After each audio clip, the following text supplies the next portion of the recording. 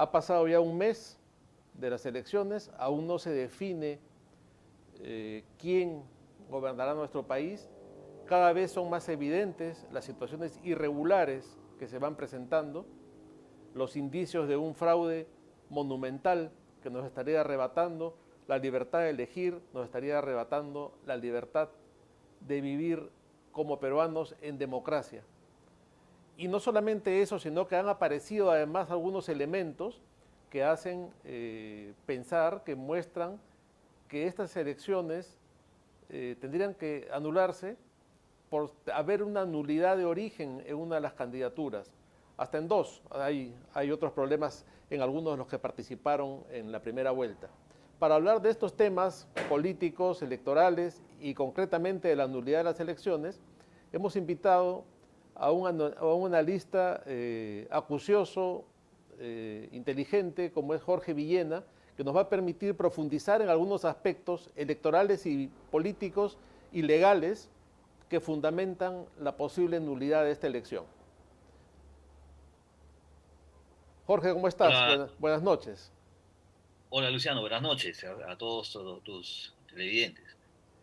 Jorge, he estado siguiendo tus últimas intervenciones públicas y me ha parecido muy interesante esta posición que has asumido respecto a la nulidad de las elecciones, ¿no? Porque mientras se ha venido hablando del fraude, que es evidente que ha habido manejos turbios en las actas, en los votos, en el manejo en general de los escrutinios y de todo, pero también hay problemas legales sobre los cuales tú vienes hablando que significarían una nulidad en estas elecciones.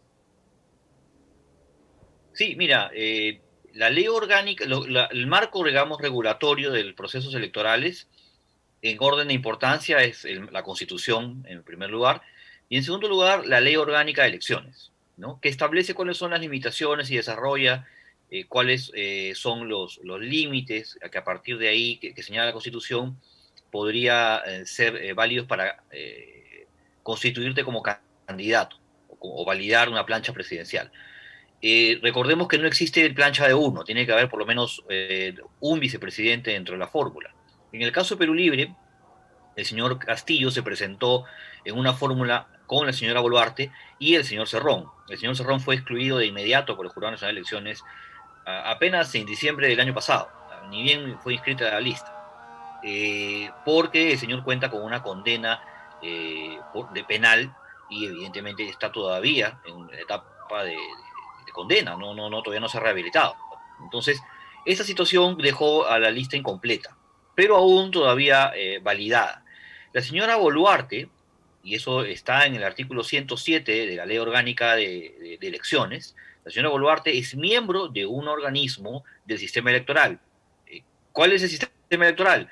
La RENIEC, la OMPE y el Jurado Nacional de Elecciones, que son instituciones que están encargadas justamente de mantener la neutralidad y de velar por el correcto desenvolvimiento del proceso electoral. Entonces, estas personas tienen el derecho a postular siempre y cuando se alejen de la institución, renuncien o pidan licencia o no participen de esta institución que administra la información fundamental, clave para el proceso electoral. Información a la que ningún candidato tiene acceso. Entonces, se le solicita a estas personas que renuncien 6 meses de anticipación al cargo que ocupan dentro de esas instituciones. También establece una serie de prohibiciones para miembros de la Fiscalía de la Nación, a los del miembro del Tribunal Constitucional, y más adelante también desarrolla prohibiciones para los miembros de las Fuerzas Armadas y de la Policía Nacional. Aquí viene una interpretación antojadiza, porque algunas personas han querido señalar que una directiva del Jurado Nacional de Elecciones promulgada este año, ¿no? Hecha este año, la 003-2021, de alguna manera serviría para interpretar esa parte de la ley orgánica. Es decir, solamente haría alusión como miembros del sistema electoral a aquellas personas que ocupen cargos de alta dirección, ¿no? Aún así, la señora Boluarte no es una funcionaria cualquiera. Ella es Claro. funcionaria encargada nada menos que una de las importantes sedes de RENIEC. Entonces, la ley es clara, no hace distinción. Dice a los miembros de organismos de el sistema electoral. Así como también dice a los miembros de las Fuerzas Armadas, no habla de los generales, oficiales y coroneles, no hace distinción, dice a todos los miembros. Entonces, esta situación que se ha presentado, que es de una interpretación donde no cabe interpretación. O sea, para mí la ley es clara y creo que las leyes se deben aplicar tal y cual han sido escritas. Pero hay una Entonces, tendencia, Jorge, últimamente a interpretarlo todo, ¿no? Y a encontrarle claro, siempre, a encontrarle el otro lado que permite saltar a la garrocha de las normas. exactamente. Entonces te das cuenta que al final, Luciano y queridos amigos, lo que estamos viendo aquí es convalidar la criollada. Es decir, no pusiste personeros en mesa y te llenaron el acta con votos ajenos o llenaron las boletas que estaban en blanco, ¿no? Piña, pues no pusiste, pues ahora ya perdiste porque no pusiste personeros. Que no estuviste presente en la firma del documento que estuvo en ciertas provincias alejadas. Qué pena, pues, ¿no? Ya te la hicieron, pues ahora piña, pues, ¿no? Acepta el resultado, ¿no? Este, la señora Boluarte no puede postular dentro de la fórmula presidencial porque la señora no incumplió, o sea, ni siquiera es que puede subsanar. No renunció a su cargo, es decir, es nulo de origen su candidatura, pero no importa, pues ya acabó el plazo. Como no te quejaste a tiempo, entonces, ¿qué importa? Pues que siga ocupando el cargo y que se convalidan cualquier tipo de criollada, ¿no? Como todavía hay horarios de menores, no puedo decir la palabra más precisa, adecuada a ese tema, Claro. pero ya saben a qué me refiero, ¿no? Jorge, Entonces, pero creo que esta situación la estamos viendo en general, en todo el proceso por parte del sistema, sobre todo del Jurado Nacional de Elecciones, Pero ¿no? acá hay un tema de concepto que es interesante, ¿no? Tú hablas de la nulidad de origen, es decir, es algo que nunca existió, ¿no? Porque cuando uno dice que algo es nulo, es algo que simplemente no existió. No es lo mismo que decir que es anulable o que se puede anular. Entonces, Así es. ahí hay una sutileza que es muy importante en el uso de esa palabra, porque Hay que estamos ante una explicarle candidatura que a nunca los existió amigos. en realidad. Claro, hay que explicarle a los amigos que hay actos nulos y actos anulables. En este caso, la candidatura de la señora Boluarte es un acto nulo de origen, o sea, nació mal porque su inscripción como candidata a la plancha presidencial es nula. O sea, ella no cumplió con uno de los requisitos señalados en la ley orgánica, que es haber renunciado al cargo que tenía en la RENIEC 6 meses antes del proceso electoral. Entonces, ya de por sí, esa lista quedaría inválida porque si el jurado excluyese, siguiendo, digamos, actuando de acuerdo a ley, si el jurado excluyese a Dina Boluarte, la plancha quedaría incompleta, porque ya solamente estaría el señor Castillo habilitado. Entonces, eso sería un imposible y lo cual también invalidaría completamente la plancha. Eso lo sabes tú, lo sé yo, lo saben los especialistas electorales del Jurado Nacional de Elecciones, pero por supuesto no van a actuar de acuerdo a ley porque nuestras instituciones están copadas por activistas. Entonces, lamentablemente, esto va a generar que el Jurado Nacional de Elecciones está en camino a convalidar un acto nulo, Ahora, es decir, a ¿qué volver corresponde? legal algo que tiene origen ilegal, porque si proclama la plancha del señor Castillo que integra ilegalmente con la señora Boluarte, estaría convirtiendo en legal algo que tiene un origen ilegal. Si un candidato es nulo, su promulgación, proclamación y su juramentación como presidente también es nula. O sea, las nulidades o los errores no generan ningún derecho. El señor asumiría un cargo de manera contraria a la ley y todos los actos de gobierno, las decisiones que tome, serían nulas a partir de esta decisión, ¿no? Ahora, ¿qué corresponde hacer? ¿Hay que tomar alguna medida legal? Probablemente ellos digan que estamos ante un caso de preclusión, que ya es un hecho consumado y no hay nada que hacer, o todavía estamos en posibilidad de hacer algo, de hacer algún amparo. ¿Qué salida legal hay ante esto? ¿Y cuál sería la Mira, consecuencia? ¿La consecuencia sería que quede a Keiko Fujimori automáticamente elegida o se cae todo el proceso y hay que volver a una elección? creo que se caería el proceso, porque quedaría imposibilitada la opción de hacer una segunda vuelta nuevamente, porque el señor Castillo no podría subsanar su plancha presidencial. La segunda vuelta tendría que ser, en teoría, un encuentro entre los mismos candidatos. Pero como el señor Castillo, iba a ser Cerrón, lo mismo, tiene una imposibilidad material de poder concretar una plancha, entonces no podría haber una segunda vuelta nuevamente.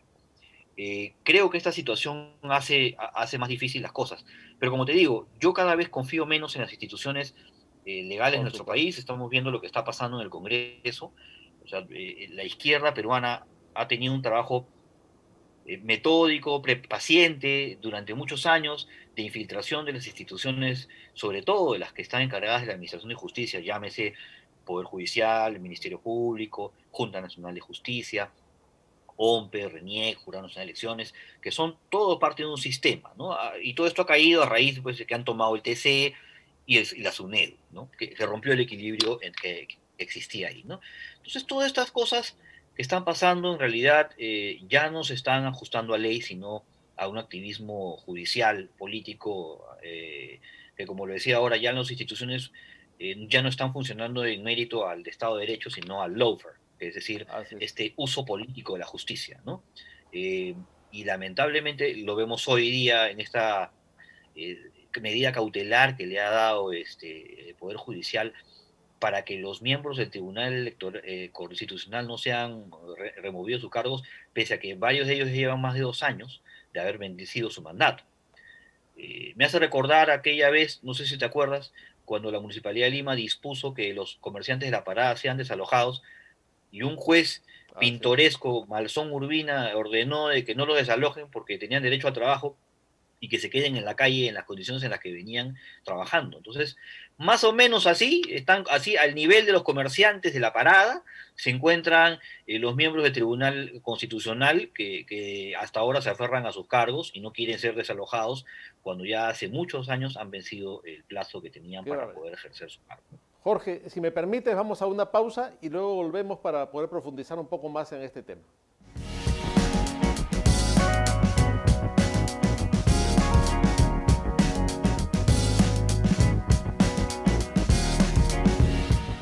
Estamos de vuelta en el vuelo de la abeja y estamos conversando con Jorge Villena, que ha planteado una posibilidad de nulidad de las elecciones, que más que una posibilidad es un hecho concreto, basado en hechos concretos y fundamentado legalmente.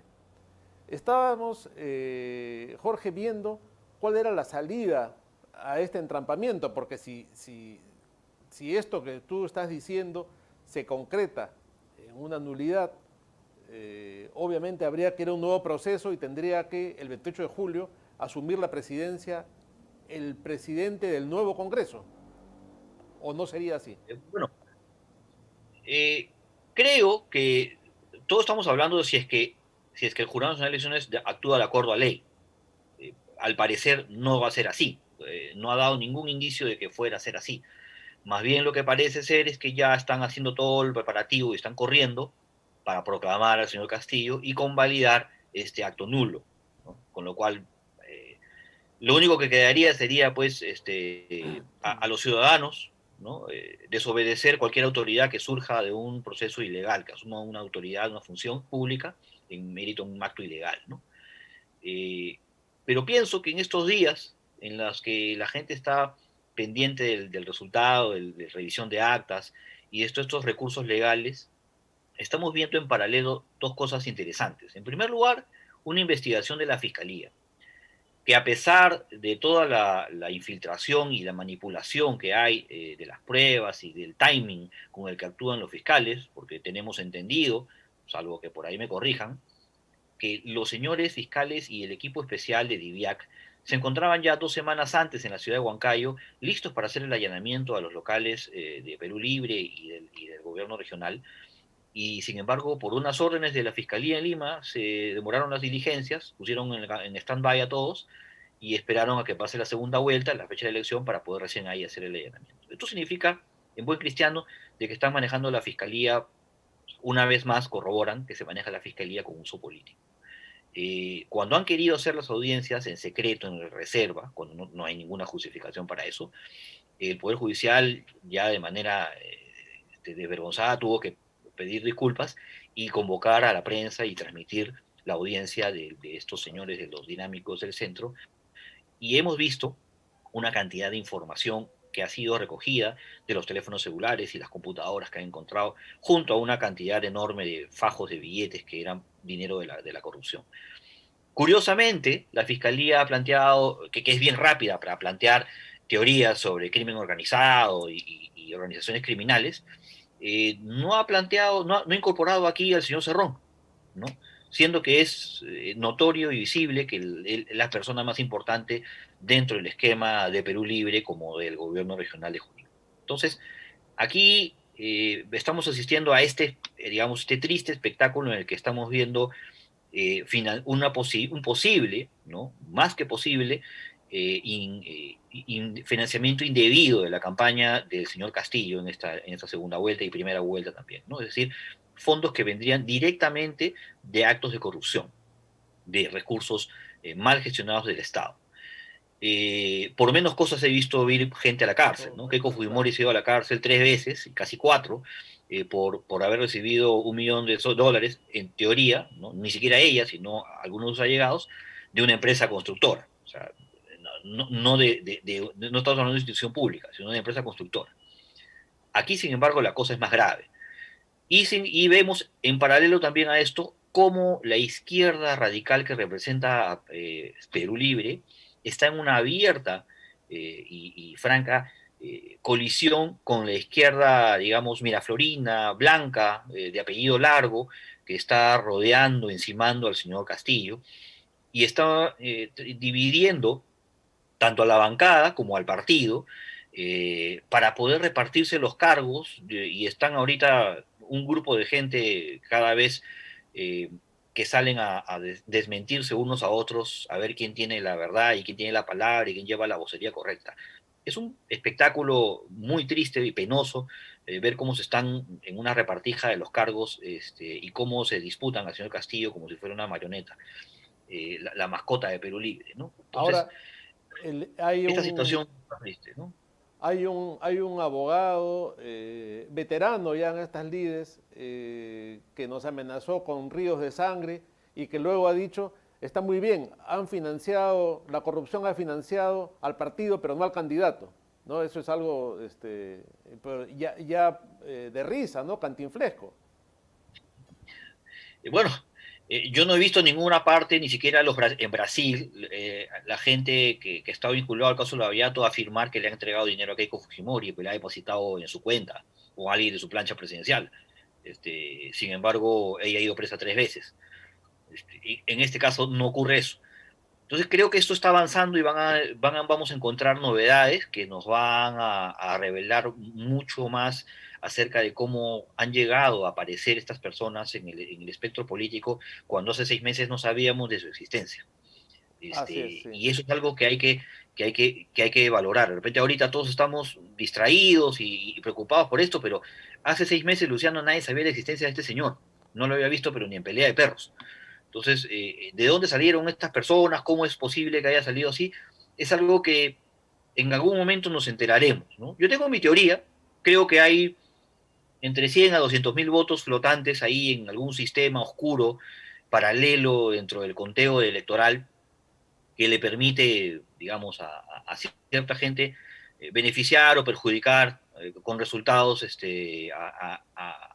acomodados el tema electoral, ¿no? Pero bueno, es una teoría, una tesis que de repente habrá que verificar cuando haya realmente una posibilidad de hacer una verdadera auditoría y revisión de cómo se maneja o cuál ha sido la administración del sistema electoral en el Perú, ¿no? Ahora, tú estás planteando un panorama realmente desolador, ¿no? Porque ya a puertas de celebrar el Bicentenario de la República, nos encontramos en una crisis inédita en que todo está tomado por la corrupción, están a punto de colocar en la presidencia de la República a un hombre cuestionado que ha llegado de manera turbia, con una plancha con nulidad de origen, y posiblemente, si lo proclaman antes de que salga a la luz todo este tinglado del gobierno regional, la corrupción de los dinámicos del centro, nos encontremos nuevamente ante una vacancia por incapacidad moral en unos meses. Fíjate, la señora Boluarte ha aceptado en televisión abierta, e incluso lo ha puesto en un comunicado en sus redes sociales, de que ella cometió un acto ilegal. O sea, ella ha aceptado la comisión de un delito. de financiamiento indebido. Ella ha dicho, yo he recibido 15.000 soles en mi cuenta que abrí mancomunadamente con otra persona para recibir las donaciones que iban a servir para sacar, para la caución del señor Cerrón y para la campaña. Ya lo dijo. O sea, yo no tengo que demostrar nada. Ella misma ha aceptado un cargo de financiamiento indebido cuando ya estaba ella, no solamente, no sé si inscrita como candidata a la plancha presidencial, pero sí ya estaba inscrita de todas maneras y como precandidata en la elección interna del partido. Es decir, ya para el 31 de octubre la señora Boluarte era candidata a la elección interna, no solamente hubo una plancha, una sola plancha en Perú Libre, o sea, no hubo una elección interna. Y como han visto ahora todos, la elección de este año ha sido regulada, todos los plazos han sido iguales para todos los partidos. Entonces la señora Boluarte, en buen cristiano, ya era se sabía que era candidata, ya estaba en campaña desde noviembre, octubre del año pasado. Y estas transferencias, estas transacciones económicas se han reportado por la Fiscalía entre finales del año pasado y primeros días de enero de este año. Entonces, estamos hablando de que la señora sí ha tenido movimientos económicos de origen ilegal que no han sido reportados a las autoridades electorales en su debido momento y forma. Eso, ahora, a partir del año 2018, es un delito. Claro, claro. Antes, digamos, era una falta que podía pasarse, ¿no? Pero ahora no. Y la señora yo lo admitió. O sea, es decir, sumado a la ilegalidad de su postulación como vicepresidenta, ella ya admitió haber cometido un delito. Yo creo que su permanencia en la plancha presidencial haya o no haya sido convalidada, si mañana la señora juramenta indebidamente, el Congreso tiene toda la posibilidad de vacarla por incapacidad moral, ¿no? Ahora Porque esto es exactamente, calza perfectamente en la figura, ¿no? estamos, Jorge, ante una organización criminal realmente de cuidado, ¿no? Porque hubo unas declaraciones de Carlos Paredes, el autor del libro sobre el lagarto, en el sentido de que conocía el testimonio de un colaborador eficaz que hablaba de una coima de entre 10 y 15 millones que había entregado la minera Chinalco al gobierno regional de Junín para que sea manejada nada menos que por Cerrón, y que este colaborador eficaz, al haber chocado con estos intereses, lo asesinaron, entre comillas, y lo lanzaron al río Mantaro, pero él sobrevivió. Entonces estamos ante gente que es capaz de cualquier cosa y que realmente nos plantea un futuro incierto, siniestro y muy peligroso si llegan a tomar las riendas del poder, ¿no? Porque aún desde la oposición o desde el Congreso, considerando a los terroristas que han ingresado al Congreso y todo lo demás, los tenemos ahí, los tenemos al frente. Pero es muy diferente cuando una organización de este tipo tiene el poder y la tienes encima, ¿no? Vamos a ver qué panorama se presenta ante esta posibilidad. Eso explica la prisa, la urgencia con la que están ahorita ya esperando que haya una apurando a las autoridades para que proclamen a Pedro Castillo. El señor Castillo, creo que en este largo y tortuoso proceso de la investigación fiscal, si la fiscalía recibe, digamos, mucha mayor atención al caso y los ciudadanos nos metemos un poquito más a averiguar cuál es el labor que está haciendo la fiscalía ahí, precisamente en este caso en particular. Qué raro que no vemos al señor Domingo Pérez metido ahí, pues porque él se mete en todo, no lo he visto meterse en esta situación. El otro día lo he visto andando que ha llamado a Keiko para declarar en el caso de los audios de Marilyn Montesinos, algo que no tiene nada que ver con el caso de Lavallato, en el que él es parte, ¿no? Entonces, si se mete en ese tema, ¿por qué no se mete acá? En fin, en el caso particular de esta investigación, creo que la Fiscalía debería transparentar, así como hace con otros casos de otros candidatos o candidatas o líderes políticos, ¿no? Debería mostrar toda la información que ha encontrado. Son más de 6.000 audios. 6.000, Hay sí. teléfonos celulares que han sido rescatados porque los habían tirado al baño, los habían metido ahí, han jalado la cadena y la policía los ha tenido que recuperar del desagüe.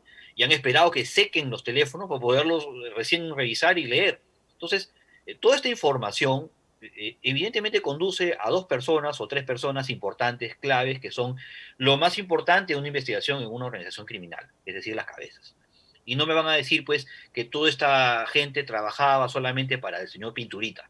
No, pues. Así es. Las cabezas de esta organización claramente apuntan a ser el señor Cerrón y ahí bien cerca a él, la señora Boluarte y el señor Castillo. Entonces, no creo que demoremos mucho en encontrarnos, digamos, en el proceso de esta investigación con noticias que nos acerquen más a la verdad y sepamos cuál fue el nivel de participación que tuvo o no tuvo el señor Castillo y la señora Boluarte en este esquema de corrupción, ¿no? Sin duda, esta historia en realidad recién comienza y veremos en este suspenso que se va a prolongar aparentemente cuál es el desenlace que esperamos sea el mejor para el Perú, para nuestra libertad y para la República. Jorge, ha sido un placer conversar contigo, te agradezco mucho por esta entrevista.